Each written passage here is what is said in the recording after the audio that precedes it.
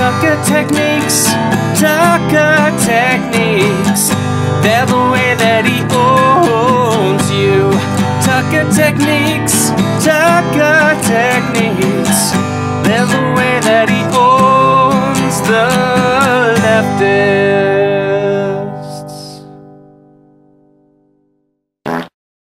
I thought I'd start with one of the most major ones first, and this is Tucker accuses somebody of being racist.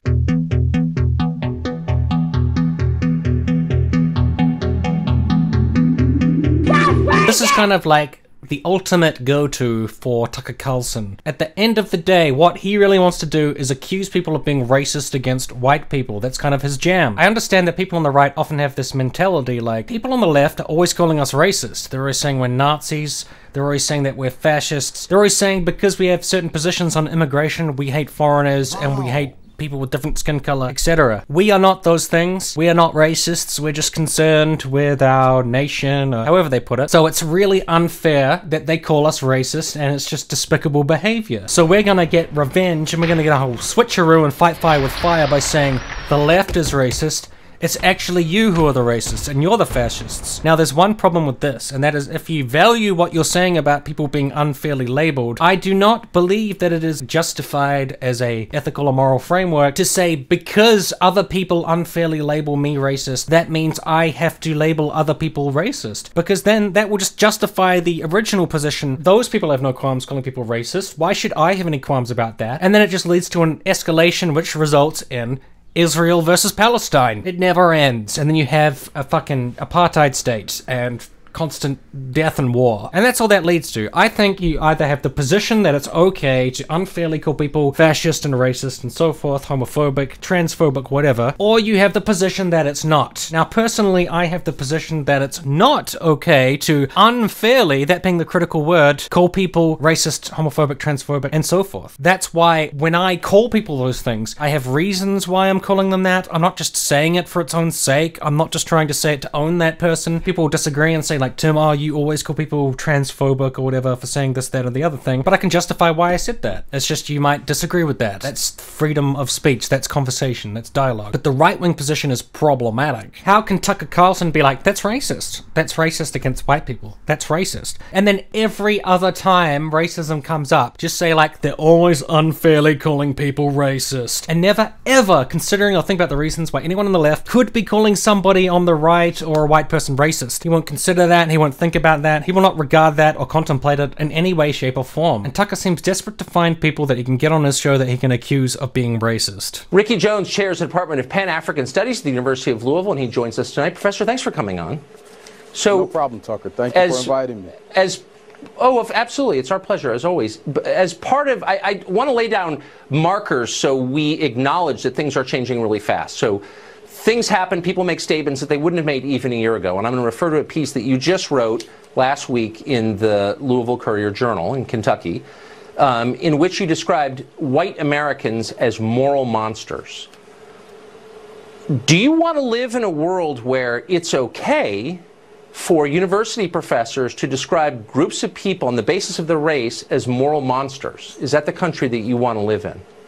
Now, this is not even true. It wasn't him that called white people moral monsters, it was James Baldwin, and Ricky Jones was just contemplating that question. Now, to be fair, Ricky Jones did assess that favorably, as shown in this paragraph from his article. Maybe Baldwin was right when he said we are dealing with moral monsters. It is hard to say at this point. If that is the case, we need to be clear about it. Such an acknowledgement would lower the expectation that many of our white brothers and sisters will be inclined to make decisions based on human decency rather than economic and political calculations or privilege maintenance. At least that honesty would eradicate the lies and pretense. He didn't say either way whether they are moral monsters, but he did say they couldn't rule it out, so that's a little bit harsh. I guess he's saying they could be moral monsters. Well, I think your framing of the question is off. I would encourage people to read the piece. It's only an 800-word piece, so it takes 5 to 7 minutes.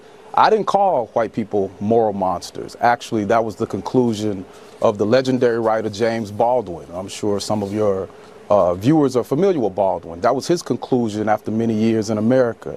And I simply posed the question as to whether or not Baldwin were right when we place some of the behavior along lines of race into historical context. Yay! And if you read the article, I would say that Jones came to the conclusion that maybe he's right. So do I want so to here's live let me quote from the piece. And okay, so I would encourage our viewers also, and that's one of the reasons I wanted you to come on, so people would know what is happening out there beyond their own worlds, and that people like you are writing things like this. And I'm quoting, maybe Baldwin was right when he said we are dealing with moral monsters, i.e. white people. Maybe he was right. He didn't say he was right. Maybe. I understand that's still controversial. You are theorizing about whether white people are moral monsters. That's a controversial thing to say. But he still didn't say he was right when he said they were moral monsters. He said it's an open question, I suppose. You can take offense with that. You can say that that's also racist if you want to say that, if that's the thing that you want to get your goat going over. It's an expression. But at least be clear that Tucker Carlson's not engaging with that part of the conversation.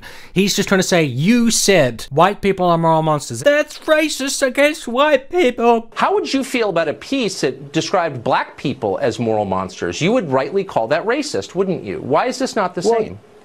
And another Tucker technique is present in this interview where he takes something that a black author or somebody else said about white people and reverses the races in a little bit of a switcheroo. Aha! What if a white person said this about a black person? Owned, libtard. Well, you're proof texting and changing the argument by doing so. Again, I would encourage your viewers to read the entire piece. I think we've entered into a dangerous space. Is it okay even to suggest, is it okay to suggest a group of people on the basis of their race are moral monsters? I mean, do you think that a person's race affects his moral standing? One race is better than another? Tell me what you think. What I think is very important is if people, again, read the piece and look at the world in which we live. And almost the entirety of the rest of this interview is just the author saying, read the piece, like, if you could just read the piece. And Tucker saying, yeah, we should read the piece, but this is a bit racist. Just read the piece. Yeah, it's racist. That one line seems racist. It's moral outrage. That's what he's going for. Tucker wants to call black people racist against white people. That's kind of his jam. And many of the things that we've seen, from the enslavement of people in the country to black codes, to the Civil War, to Reconstruction, to disproportionate incarceration, to a misunderstanding of immigration, and that many people in the country outside of the white race certainly have some feelings that are not positive about their treatment right now. Well, sure. I don't. And you're whipping them. You're abetting race. No, you hold on. Here's your quote from you. Why are so many white Americans so brutally mean and inhumane? If I wrote the sentence, why are so many black Americans so brutally mean and inhumane, which I would never write, how would you respond to that? Wouldn't you say you're a racist, as you clearly are? No. Racist! Being pugnacious with people like you and I, when we don't know one another, certainly, but we're both Americans, it makes for good television, but it doesn't make for people understanding one another. So I think I'm quoting your piece. You tell me, hold on, is this quote incorrect?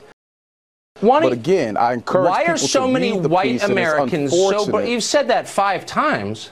Why don't you answer my question, which is, would it be okay for me to write the sentence, why are black Americans so brutally mean and insensitive? If you would, please answer the question. I'm answering the question. The first thing that I would do, I would not limit myself in a very myopic way to one sentence of a piece. Can you just answer my question? If I wrote an 800-word piece in which I said, why are black people so awful and morally deficient, what would you think of that? I would not think you were a racist, but I would think that you are racially insensitive if you would take a piece and not look at the genesis of that piece and place it into historical and literary context. And do people who are watching your show and reading the piece with attacking people on the basis of their race, which is so common on the left now? Don't you see yourself as part of the problem, as a driver of race hatred? You don't see that? No, that's... Racist! You're driving race hatred against the whites, and the whites are such victims of this race hatred, which is created by you wondering about what an author said so many years ago. Oh my God! That's not what the piece does. What I find troubling. Yes, it does do that. It does do that. It's racist. It's so racist. I understand many white brothers and sisters may not even be aware of what they're doing. But when people bring the situation to them and they respond in an indignant way, then that raises a question of morality that I think we have to wrestle with. I'm trying to get a straight answer out of you. My next question is, how much do you make in your sinecure over there at the University of wherever? How much do you make in the University of whatever? So again, towards the end of the interview, he becomes insulting and demeaning and obnoxious. And it's another Tucker technique. If you're a left-winger and you go on his show, expect him around the 4/5 mark of the interview to just randomly get insulting. Oh, so you're writing for your pithy little magazine in the middle of butt-fuck nowhere about, well, whatever, like, who cares? Well, get off my phone, get off. I would never say something like this about a racist But you do every day. I would be ashamed to say something like I certainly don't. Every day, and I never would. You do it in a more cursory way, which doesn't really help the discussion. You know, cursory? I mean, so yeah. All right. I think we need Thanks, Professor. Good to see you. All right. Next segment, psh, I don't even care. That's how he ends a lot of his debates. And I know his fans are like, yes, crushed it, Tucker. Hey, you fucking owned that libtard. Here's him doing it again with, I would say, someone who wrote something more controversial than the previous guy, because that was fairly milquetoast. This is a professor called Ekow Yankah. I probably said that wrong, who wrote an article about whether his kids could be friends with white people. Ooh, controversy. We want to tell you about an op-ed that ran in the New York Times over the weekend you might not have seen. Racism of the left. Racism! The writer, who's a law professor in New York called Ekow Yankah, asked a simple question. Can my children be friends with white people? He really asked it.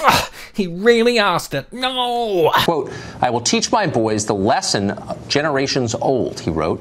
I will teach them to be cautious. I will teach them suspicion. I will teach them distrust. I will teach my boys to have profound doubts that friendship with white people is possible. Looking at this excerpt, Tucker really lost an opportunity to say something very, very awesome. He could have said, what if you replace white people with Jews? You will teach them to be suspicious of Jews? That's racist! Those doubts mirrored the writer's own. As he put it, quote, history has provided little reason for people of color to trust white people. That piece was one of the most popular on the New York Times website, even today. It was hardly unusual, though. Go to any liberal website, Salon, Slate, Vox, HuffPo, and you'll find similar pieces arguing that an entire racial group is untrustworthy and dangerous. Yes, and if you go to any right-wing publication, you will see article after article after article of how criminal black people are and how much crime they commit and how terrible black culture is and how terrible rap music is and how much they love violence and etc. So, pick your poison? So what struck me about this piece, a couple of different things, but the first thing was the generalizations about a racial group based on their race. And I grew up, I'm probably not so much older than you, in a world where overt expressions of that were not acceptable. You weren't allowed to generalize on the basis of race because the assumption was each person is an individual and you judge each person by the choices he or she makes. I don't understand when it became okay to generalize about racial groups. When I grew up, there was no racism, and now there is racism because of you and the left. Disgusting. The past was not racist, and now the present is racist. Okay? Well, I mean, it's to me, a strange way to put the question. I mean, while it's the case that we all hope that we can be judged for who we are, I think while some people have the luxury to be raised only being told to look at individual people, it should be no surprise to you that black people, in particular black men, have been taught forever that they have to be careful how they behave around white people, that the way they behave will be interpreted differently, that when they misbehave, it'll be punished differently, that if they laugh too loud, if they walk into a nice store. So with all due respect, Tucker, what was true for you has never been true for lots of people. Now, this professor is very calm and collected. He's certainly not a fighter trying to mix things up. He's clearly quite thoughtful, and that's not good for Tucker, who wants to have a big yell fest and own the fuck out of some dude. But I actually think that the professor's piece was not well written to say that he would teach his children to be suspicious of all white people. At least, you know, to a white audience, reading that, they're gonna take that with kind of offense that Tucker takes from it and read it as like, oh, that's racist and stuff. Personally, I'm not offended by it because it's like no skin off my nose if somebody makes generalizations about white people, but I understand that it's problematic. But I don't think Tucker is approaching it that way. He's just like, this is an opportunity to go on and on about anti-white racism and play the victim, basically. I wouldn't go at it from that angle, but I would have asked the professor, like, do you understand why people have an issue with you teaching your kids that? That it makes sense to teach your children to be safe and even to be skeptical of white people, but it's not healthy to think that they're always going to stab you in the back and betray you and that kind of thing, and it doesn't really help towards race relations to teach them that. You know, there's a difference between teaching safety and teaching an inherent distrust based on skin color. I think that is a valid thing to bring up, but I think Tucker just wants to say, it's racist, it's racist, why are you so racist? In truth, in a lot of places in this country, the main threat that African Americans face is not from white people, as you perfectly well know. While it's true that, of course, people of color face threats from other people of color, it's also true that white people face the overwhelming threat from white people. That is, people face threats from who they live beside. So I find it exactly. But I think it's fair to point out that we oughtn't be too distasteful and say things like, well, the great threat. It does feed a certain uglier narrative that we don't want. But to your core point, hold on. Why does the truth ever feed a, quote, ugly narrative? The truth is worth telling for its own sake because it's true. You're welcome to tell the truth, but it is deeply suspicious that people are so quick to say things like the main threat facing African Americans is other African Americans, but you never hear anybody say the main threat facing white people is white people. Right, so there is no phrase white on white crime. I don't know. I mean, people say that.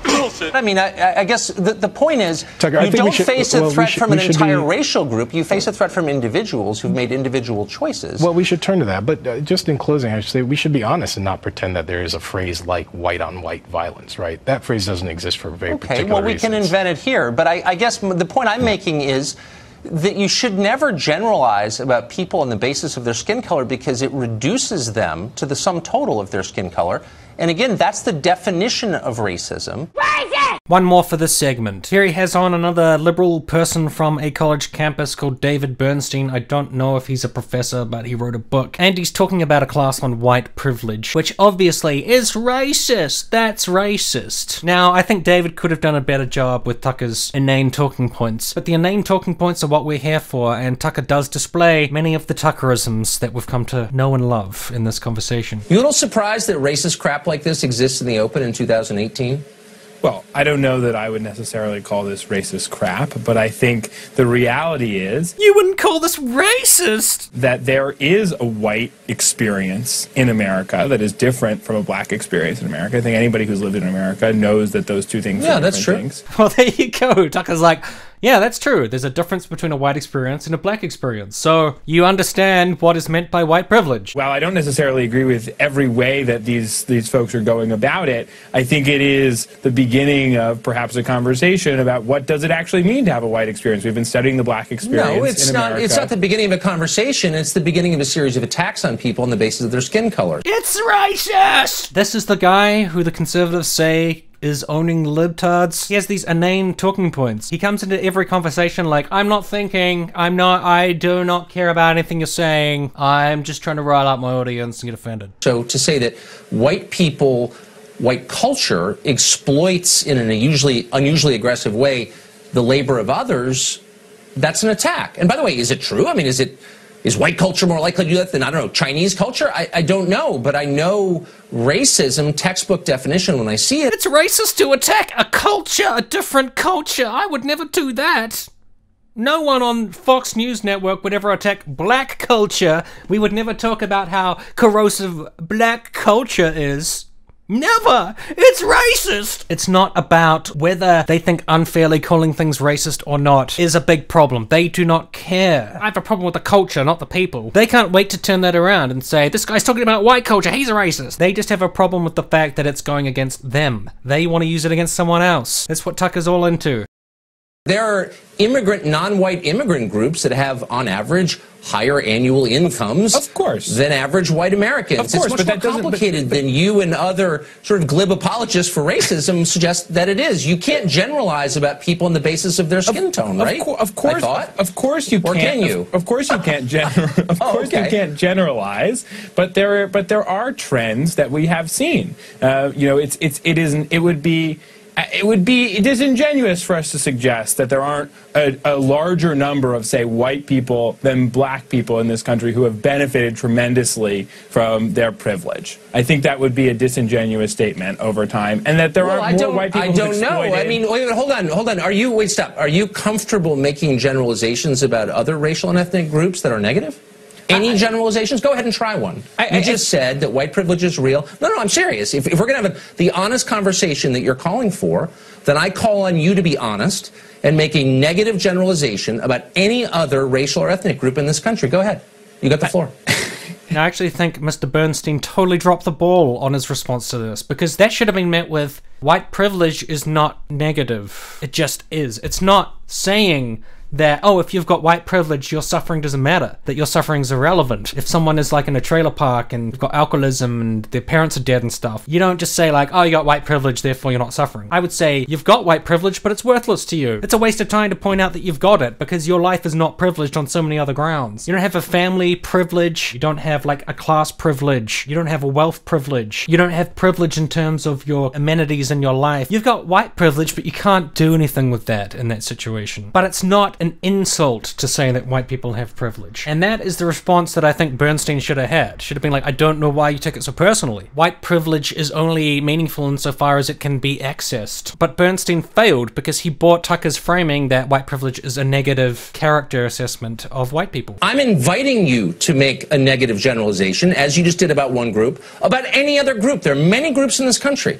And you say it's, sometimes we generalize. I get it. You want to have an honest conversation. I get it. Let's do that right now on live TV. Again, why don't you make a single negative generalization about any other racial or ethnic group? And again, I give you the floor. I'll be quiet as you speak. Go ahead and do that. Well, look, I think there's a claim that can be made about the fact that, you know, there now in this country we have people who are benefiting tremendously from a huge move towards diversity and inclusion, quote-unquote, programs that are designed to prioritize people of other ethnicities. Which people? Over people. I mean, be a lot more specific. No, make a generalization about a culture, Latino, African-American, and Latino people over white people. Be precise. So, no, you're critiquing a program. Oh, but that's not criticizing black people, that's criticizing a program. Well, exactly, you know. White privilege is not criticizing white people. It's pointing out a societal trend based on who has historically held power in Western countries. Critique the culture, as you just did white culture, whatever that is. But you're assuming it's real, so tell me, generalize about another racial ethnic group's culture. Tucker, I think you're missing an important distinction here. I think you're missing an important distinction. You're missing the important distinction, which is this only goes in one direction, and you bully people by making generalizations that are not strictly speaking true. And if you're not, on board with it, you're a racist, and then you get to attack those people. Because that doesn't apply to any other group, which is itself racist. Do you acknowledge that? Yep. So Tucker actually finally came out on top using his shitty techniques, because the framing that white privilege is an attack, that has been achieved, and it's put Mr. Bernstein on the back foot. Well done, Tucker. You did it. That's racist. That's very racist. Good job. Captain Bannister speaking. Welcome aboard spaceship number 505. Before the next part of this video, I'm going to briefly defend Tucker Carlson about something a guest said. Tucker often talks to Eric Swalwell, who is the US representative from California's 15th congressional district. He comes on often and he's kind of like the Democratic person in power that Tucker is taking on because he would not regularly take on a Republican or GOP person in power. So he's got to get a Democrat, and this is the guy he's chosen, who will actually show up. Swalwell said this in a conversation with Tucker about Russia. What specifically have I espoused that empowers threats to our country? You're peddling the narrative that the Trump administration is putting out, which also is the Putin narrative, because they're retweeting this with their Russian bots. If you're on the same side as WikiLeaks and Putin, I wonder, do you perceive if you're on the same side as WikiLeaks and Putin, you should take a step back and wonder, whose bidding are you really doing? I don't even know what to say. I don't want to explode on TV, so I'm just going to end this segment now. Let the record reflect you accused me of working for a hostile foreign government.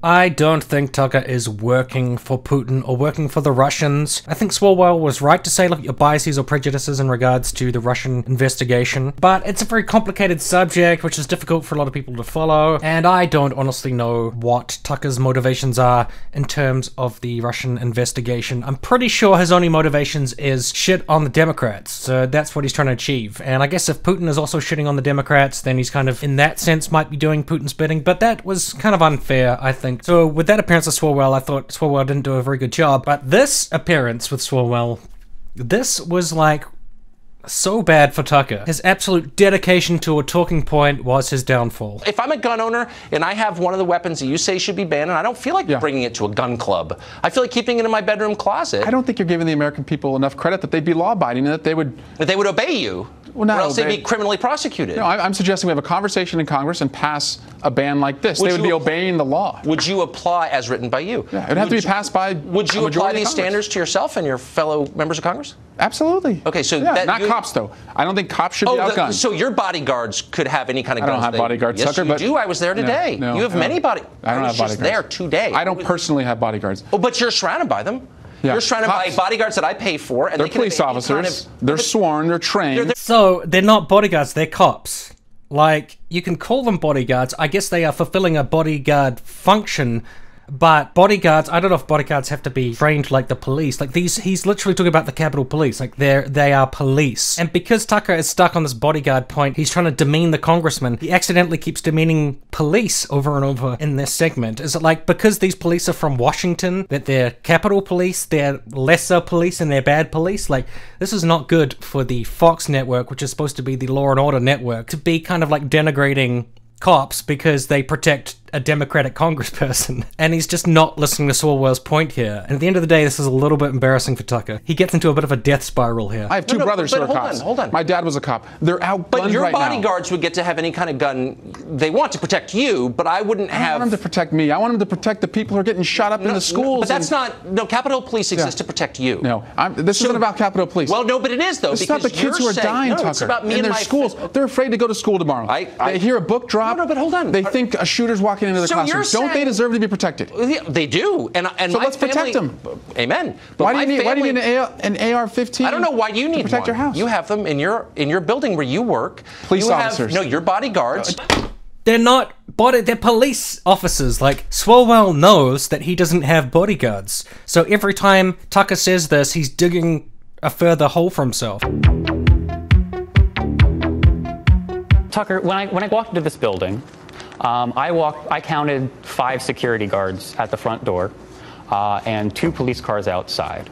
Are you going to tell me that the violence that they would enact against someone who is looking to do you or any number of the people that work here harm, are you going to tell me that the violence that they enact to protect preemptively the staff that are protected also by the barricades that you have? I don't even know what you're talking.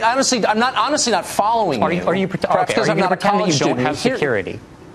Well, I actually don't have security, but there is security at there's security our building, in your building, for sure. And there's security at lots of buildings. And the reason that there is security to prevent in people your from building getting violence. Don't denigrate the cops. I'm not Tucker. denigrating them. They work hard. I'm glad they're there. They shouldn't be outgunned, and they're outgunned right now. But wait a second. I went to the funeral for 4 police officers who were killed by an assault weapon. You don't actually care more than I do. We care the same. So it's not a question of who cares. Do you think cops should have guns? I think that your bodyguards should have the same guns that I have to protect my family. They're America's bodyguards, Tucker. He believes that cops should be armed. So why do you keep saying, like, oh, so the cops that protect you should not be armed? What does that have to do with his point? He totally wrecked this congressman, and the congressman, oh, he just had to go back on saying, I love the cops, and I love the playing this fake patriotism. Well, you hate the cops / bodyguards who shouldn't be armed for some reason. Owned! Crushed you. Libtard. And you're saying that my family doesn't deserve to have a certain species of weapon. You get to decide what we can protect ourselves with, but you're not going to in any way take the ability to protect you away from the Capitol Hill Police. I'm saying that every police officer in America today is outgunned. For their safety and for the safety of the people they protect, we shouldn't have assault weapons. Right. You just don't want to apply the rules to yourself. I get it. I wouldn't either. You know what I mean? I care about protecting my family. Well, let's protect the kids first. That seems like the first place to start. My house. I agree. Thank you very much. Yeah, my pleasure. The left has a new cause defending MS-13. Why are they letting anti-Trump sentiment drive them into the arms of a gang that kills people with machetes? Great question. We'll ask it next. That nervous Tucker energy that you see when he has completely fucked up an attempt to own someone.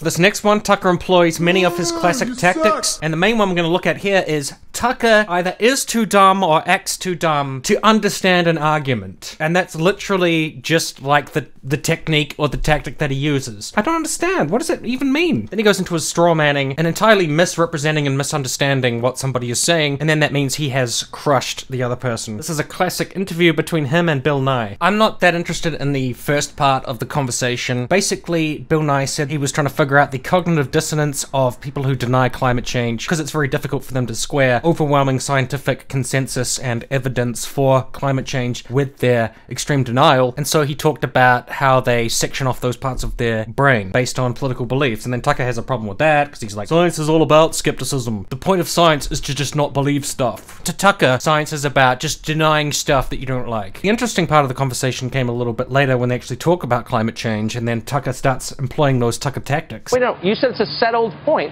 and I'm asking a very precise question. It's a settled point. Okay, then if you'll elucidate it for me, I'd be grateful. To what degree is climate change caused by human activity? Is 100% of climate change is caused by human activity? Is it 74.3%? It's settled science. Please tell us to what degree human activity is responsible. So the word degree is a word that you chose. But the speed that climate change is happening is caused by humans. Instead of happening on timescales of millions of years, or let's say 15,000 years, it's happening on the timescale of decades and now years. Now, you know, I offered... Wait, but hold on. But to what extent is human activity responsible for speeding that up? I mean, please be more precise. If that's the number you want. Humans are causing it to happen catastrophically fast. He's like, well, to what extent are humans trying to speed it up? 100%. The reason it's speeding up is because of humans. And Tucker's like, oh, fuck, well, you came up with a number. I gotta think of a different angle. Okay, so at what rate would it have changed without human activity? And you look annoyed that I'm asking these questions, but they're very basic questions. They're not denial. I'll change it. To what extent would it not have changed? The cycles of climate change, the last ice age we had was tens of thousands of years ago.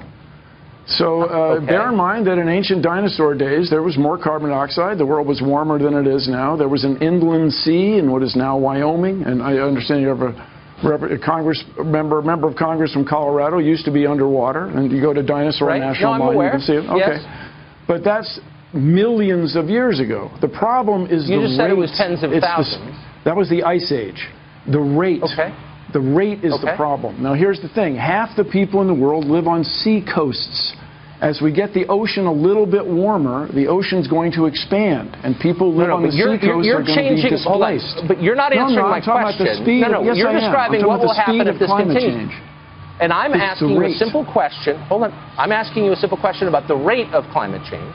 So you said that it would be happening, but that rate has accelerated because of human activity. And I'm asking you very simply. The word accelerated is an understatement.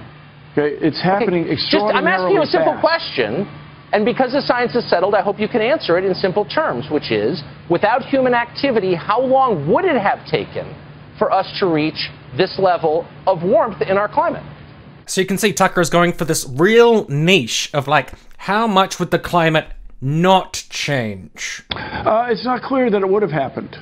In other words, humans have changed the climate so drastically that we have almost certainly avoided another ice age. There would have been another ice age, ain't gonna happen because of you and me. So the sooner we get to work on this problem, the problem. When would it have happened?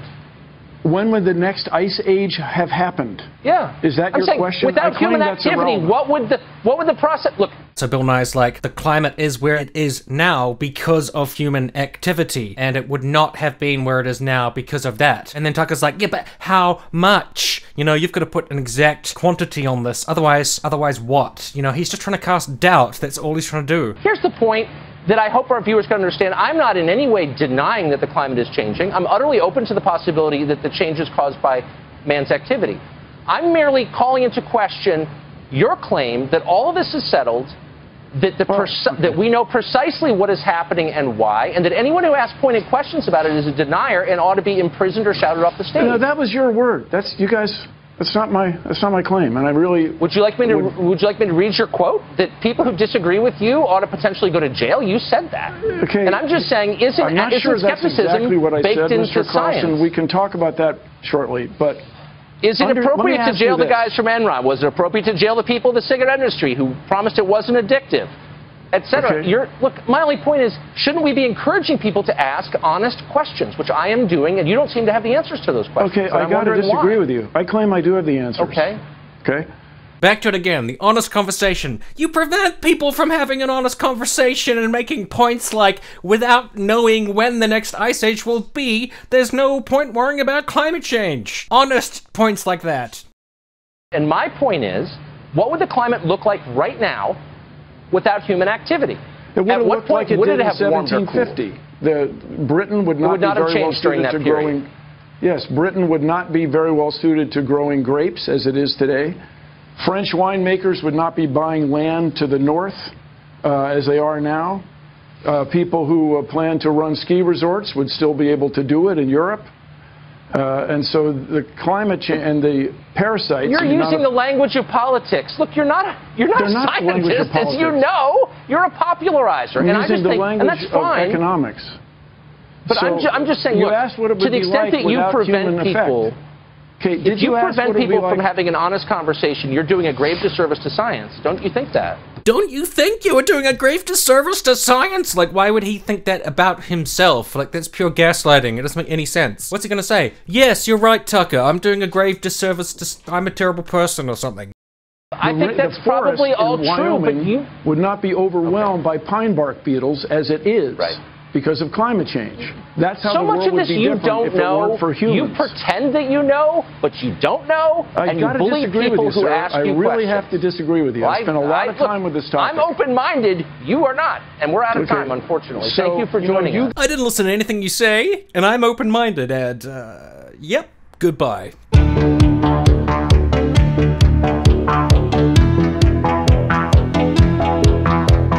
This is one of my favorite ones, and it's one that I dub Tucker Gets Offended. Tucker often has on left-wing guests who say things that he finds offensive, especially about things like race. Like, that's racist. But he also had on a congressional candidate called Pat Davis, who made an NRA ad which simply said, fuck the NRA. And I'd say the entirety of this interview is just Tucker acting offended. The NRA. Their pro-gun policies have resulted in dead children, dead mothers, and dead fathers. I'm Pat Davis, and I approve this message, because if Congress won't change our gun laws, we're changing Congress.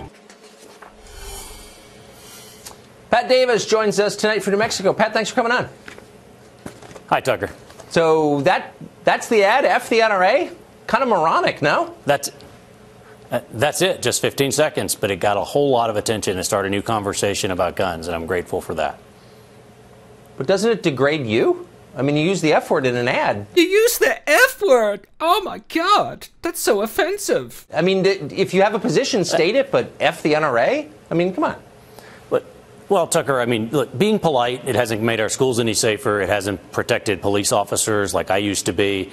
You know, if a cuss word on TV offends you more than pictures of dead children in Parkland or Newtown, then your priorities are all wrong. I was a cop when the assault weapons ban was in place, I don't care if you were a cop or not. Again, attacking cops. Like, I don't care if you were a cop. You're just a bodyguard. Like, cops are just bodyguards. Whatever. Wait, hold on. Wait, let me ask you a question. It's not an either or. And it's not that I'm so offended. And yeah, he's just getting offended at the profanity. But I think that it's an offensive time when children are being gunned down. So yeah. Politeness doesn't work. Do you think rudeness will? Is rudeness going to save lives, do you think? Well, you know, as we were looking to make this ad, we kept coming up with the same idea, and every ad idea we came up with to talk about this issue looked like somebody else's. And those had not worked. Clearly, this got the NRA's attention, and it has started a new conversation, both amongst candidates running for office about how we organize and take back Congress and put new leaders there to take on gun control, but also how we stand up to the NRA. I mean, we know what works. 50% of NRA members. No, it's sort of a conversation about how embarrassing you are. I mean, how many NRA members have committed mass shootings? Well, but Tucker, here's the thing. a majority of Americans, 89% of police officers, a majority of NRA here's members the thing know is there the are quote. common Here's sense the thing things is we I can asked do. you a They direct support way. No, hold on. checks. Here's the thing. We Slow can, down. You just released an ad that said "F the NRA," which I'm sure back at your fraternity house they loved. But let me ask you an adult question: how many NRA members have committed mass shootings? Tucker, this is about the organization itself. My family grew up when I was growing up. I'm asking you about the organization we're members of the itself. NRA. It's not the NRA than my dad's organization. You know, Pat does point out that he's talking about the NRA as an organization. Absolutely fuck the NRA in those terms. So there's a long section where he's like, you don't understand the firing rate of an AR-15, therefore you have no right to say anything about guns or whatever. Which I think is a stupid point. Like, an AR-15 is a deadly weapon. If Pat Davis said we should regulate AR-15s because if you get a bump stock, you can fire 15 bullets a second with one, and that was completely wrong. So fucking what? You know, if the rate was like 7 bullets a second, 5 bullets a second, fuck, 2 bullets a second. That's a lot of fucking bullets. They should regulate that anyways. If it was just like,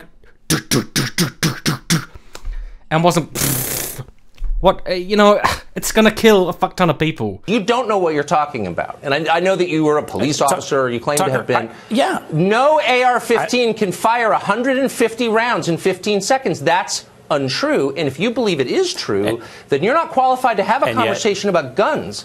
People are laughing at you because you are ignorant. You don't know what you're talking about. No, that's just untrue. We take exactly the word of the police officers in Las Vegas, who I trust, who ran into that room to save people down below, and found the weapons that were modified with bump stocks that would allow them to do that. So they say an AR-15 can shoot. What do you think would happen to the barrel in 15 seconds if you put 150 rounds? It would melt.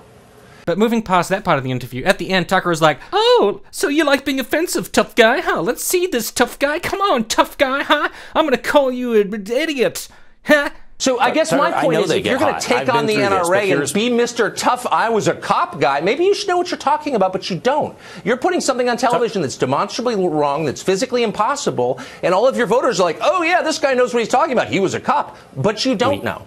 So maybe you should apologize for it. I'm not apologizing for taking on the NRA. I'm just trying to. Doing it. Oh, okay. I think you should apologize for saying something that's factually politeness untrue. Have not changed the conversation. We need new folks Yeah, that's why I'm not being polite. I'm trying to get a real conversation going here.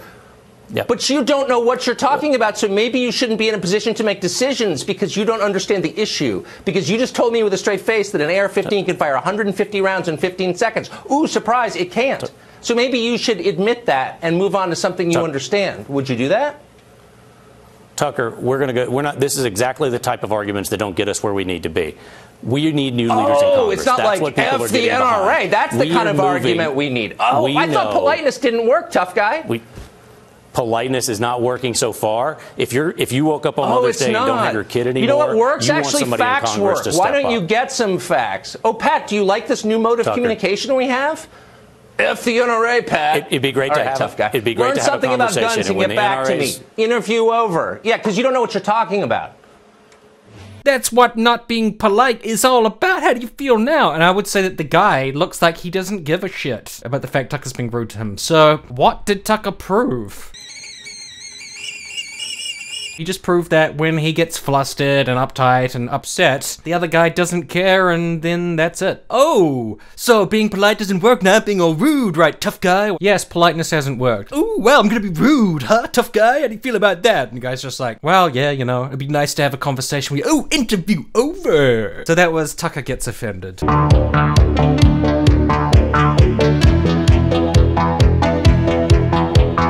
This is a bit of a classic one. He talked to a writer from Teen Vogue, and he only did really two things in the interview. He strawmanned her and said that she was pro-harassing Ivanka Trump in public. She didn't say that. She just said that Ivanka Trump is a powerful target, and she doesn't have quite as much like empathy or sympathy for Ivanka Trump because of her position. The man, who was a lawyer from Brooklyn, berated her about her father before being kicked off the flight for disorderly conduct.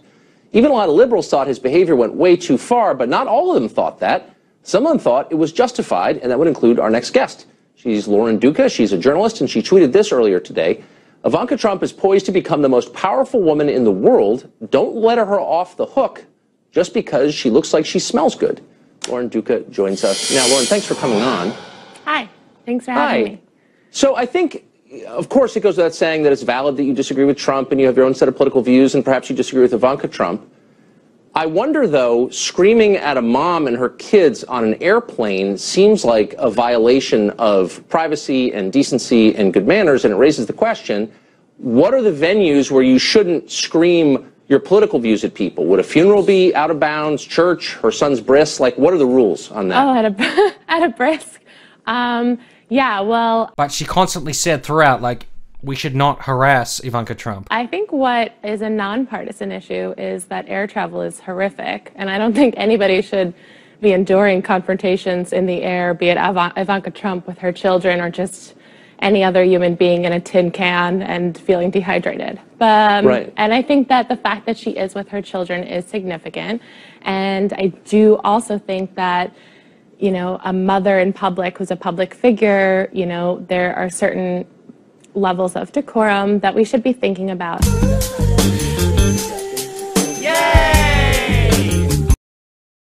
That's not at all what your tweet suggested. In addition to the one that we just read, you put, I think we can put it on the screen. My tweet didn't talk about the plane at all, actually. So what are you referring to? Well, it was within the look, Ivanka Trump was in the news because she was screamed at on the airplane, and you say, don't let her off the hook. And then you go on to say in another tweet, Ivanka has it all, and by that I mean a job, a family, and sinister complicity in aiding the most aggressively anti-woman candidate of our time. Yes. Sinister complicity. She's his daughter. What is that? She was a surrogate frequently throughout, represented him in terms of women's issues. She had Isn't she pretty repeated liberal on women's issues? interviews, and she did speeches on his behalf where she represented a platform of women's empowerment, and in terms of having it all, I think she's an incredibly successful, brilliant woman. The fact that she was able to balance him out on these issues where he has talked about defunding Planned Parenthood and being against abortion and these typically liberal women's issues that she sort of is a cushion for, I think we need to investigate those things a little more critically, a little more rigorously, and not be blinded by the fact that she looks like she smells like vanilla. Yeah, so basically she's saying, like, I don't have much empathy or sympathy for Ivanka Trump, but she shouldn't be harassed on a plane. Like, I never said she should be harassed on the plane. I guess she didn't condemn it enough when it occurred, which I guess that could be criticized. You know, you could ask her, why didn't you condemn what was happening on the plane in any of your tweets? Why did you just go straight to saying she was a powerful woman? I think there would be a fair framing of it, but what Tucker does instead is like, no, I have decided that you were saying harassing her is fine, and I'm just going to keep repeating that over and over again. And after he can't get that point quite across, he switches to the classic Tucker tactic, denigrate her position, denigrate her publication. I think we need to take her seriously, and that she's a positive role model. Look, and Lauren, admirable in a lot of ways, but that she still requires transparency. She's flying with her kids on an airplane. In terms of having a government position or being a businesswoman or being a mother. Okay. So we do agree. I agree that anyone who's making decisions about how the federal government runs should have to answer questions about those decisions. Okay? I don't think you should hassle people because you disagree with them in public. And I didn't say you should. So we do. Tucker, hey, we agree. We agree. Here is your description of the Trump administration. You wrote this piece in Teen Vogue, which I guess you write for. Oh, which you guess I write for? Yes, that's not fake news. That's real news. I write for, you guess? Oh, you guess, Tucker? You guess? Which I guess you write for. Like, she does write for Teen Vogue. How is that something that makes sense to say? I guess I'm on the Fox network. I guess this place is Tucker Carlson. I guess you're Tucker Carlson. Whatever. Yeah, I guess I've read it off this piece of paper. Like, I guess this is paper right here. I'm actually holding a piece of paper. I guess it's a piece of paper. I don't know. I just take your words at face value. So did you read the entire article? I did. I also read Liam Payne is 100% certain One Direction will continue. Adriana Grande rocked the most epic thigh-high boots at Jingle Bell, and Black China and Rob Kardashian went through the messiest breakup of 2016. Those are your other pieces. But I'm trying to get to what you're writing about Trump, taking a break from the thigh-high boots, and ask what you mean about him committing psychological abuse on you. A woman can love Ariana Grande and her thigh-high boots and still discuss just letting you know that I read you in Teen Vogue as of today. And those things are not mutually exclusive. You know, it's... Well, there's other stuff in your Teen Vogue magazine, which means that, like, your voice is completely void. Classic Tucker tactic. You know what? I did write about Ariana Grande, and I did write about the abusive, bigoted, those pieces were a little smarter than your piece about threatening the sovereignty of a whole religion. All right, I got to go. You should stick to the thigh-high boots. You're better at that. Lauren, thanks for joining us. Denigrate their position.